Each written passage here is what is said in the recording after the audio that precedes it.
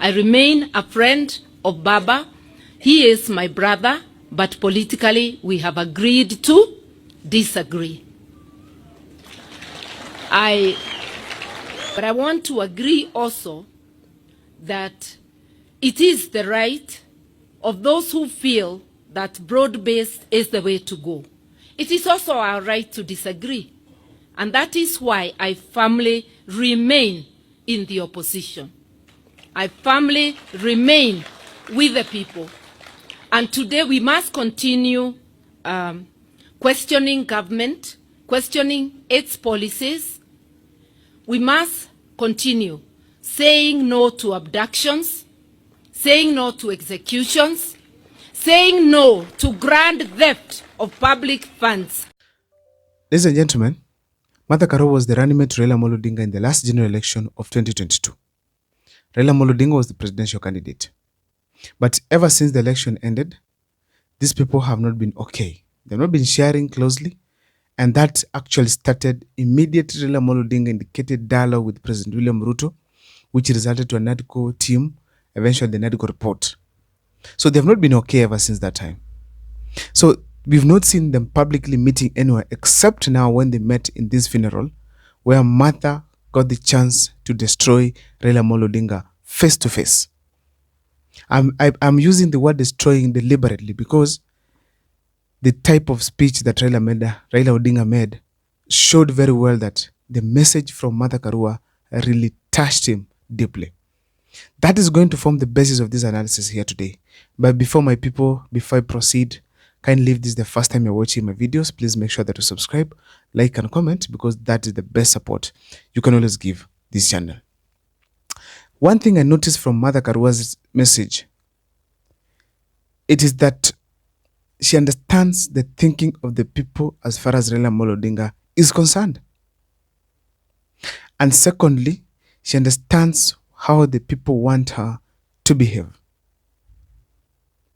And that's why I'm saying the speech she made in front of Raila Odinga really finished Raila Odinga badly.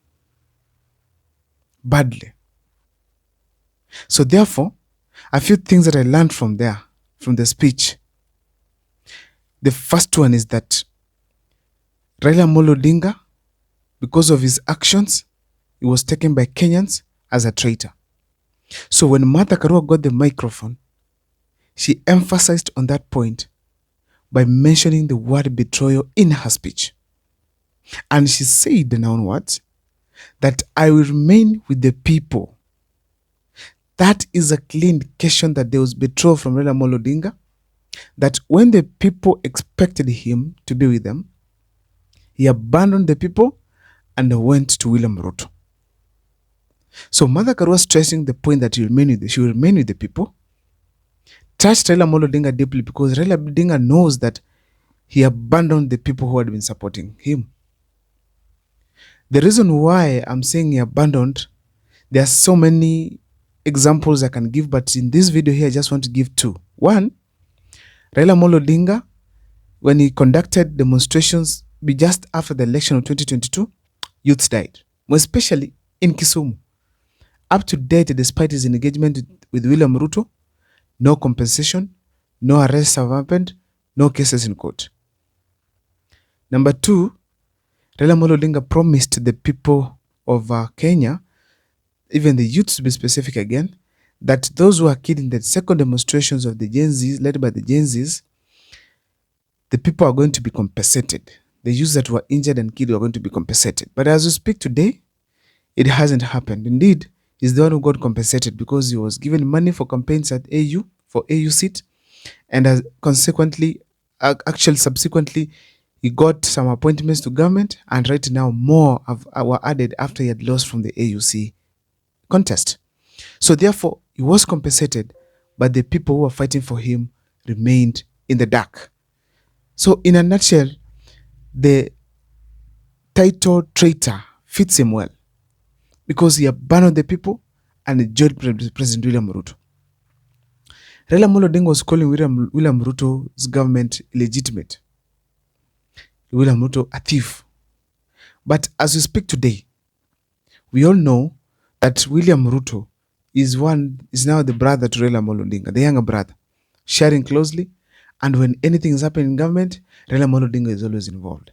That is a clear indication they are working closely together, and the people of Kenya are continuously crying where nothing is being solved. If you check, SHA has an issue.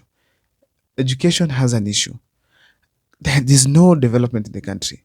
Things are happening just benefiting the top leaders of this country. And we realize that actually politicians close to President William Ruto and now probably Raila Amolo Odinga fly with choppers every day. So which means they have money to use on choppers. And like Uhuru Kenyatta's time, they were slightly using cars most of the time. So this time around, because of Raila Amolo Odinga's support, is the environment that he has created. William Ruto is at peace, his politicians are at peace, easily enjoying the public funds. So Martha Karua did not spare her words by calling Raila Amolo Odinga a traitor. Also, Raila Amolo Odinga remains to be a traitor because the abductions that occurred after he had joined government shows very well that he did not care about these abductions occurring, about what happened to the common mananchi. Why am I saying this? Up to now, there are people missing. And during his time, people got abducted, especially them no longer friends, where one was picked from the bathroom, left with the child, left with the wife, taken away, later to be found at City Mortuary. So the abductions occurred during Raila Amolo Odinga's time. People might say he condemned them, coming online, maybe on social media and media's platforms, and condemning it there. Why do you go to media, yet William Ruto is just a phone call away? Yet you can go to State House the way you want. Yet you can call him to your home. Yet you can sit with him and share. Just tell him, Ruto, end this. Then come social media to tell the people of Kenya. Who do we go to if you are coming to us? So in a nutshell, these abductions and killings, it was a clear sign of Raila Amolo Odinga's betrayal. However, Martha Karua did not also spare her words because she remembered that there's a lot of theft that is happening in the country. And in her statement, she said very simple thing, that she's not going to simply keep quiet as stealing of public funds continues. Ladies and gentlemen, one of the biggest challenges you have in the country, it is embezzlement of public funds.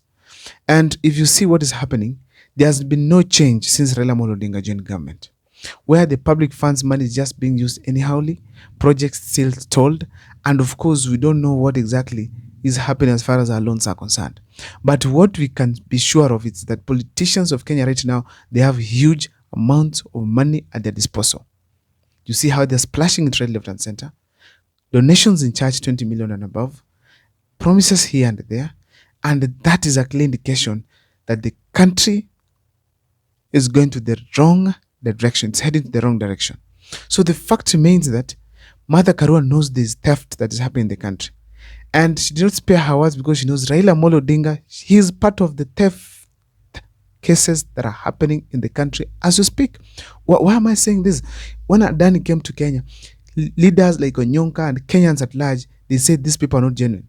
But despite the voices of Kenyans, even going to demonstrate in the streets against deals that are taking Kenya to a wrong direction, Raila Amolo Odinga stood out to support Adani and said they are clean and they deserve to be given a chance just like any other person. However, the US, through their investigations, they realized that the Adani people always engage in corruption cases. And that's how William Ruto felt guilty and eventually came and cancelled the Adani deal. That was a clear indication that Raila Amolo Odinga did not care the history of Adani, only just the benefits Adani was giving them with William Ruto and their team, because we know Adani is corrupt and whatever he's capable of, it's only leaders who are close to him and God knows. I don't know what's your take, but I think Martha Karua came out and destroyed Raila Amolo Odinga. Now, Raila Amolo Odinga had a response to this. If you want to know that Raila Amolo Odinga really got destroyed, listen to what he was saying. And after that, you can see that Raila Amolo Odinga felt guilty and eventually he had to respond because he felt like, oh God, I've been hit hard. And if you listen to what Raila Amolo Odinga is saying, completely is not making any good sense. He's not. He's saying what he's not saying. Because he's telling us that ODM is not in government. And who doesn't know that ODM is in government? Raila Amolo Odinga has cabinet secretaries holding key dockets that he can call and share with them. My name is Abel Mukwa. Let me see in the comment section, guys, what you think.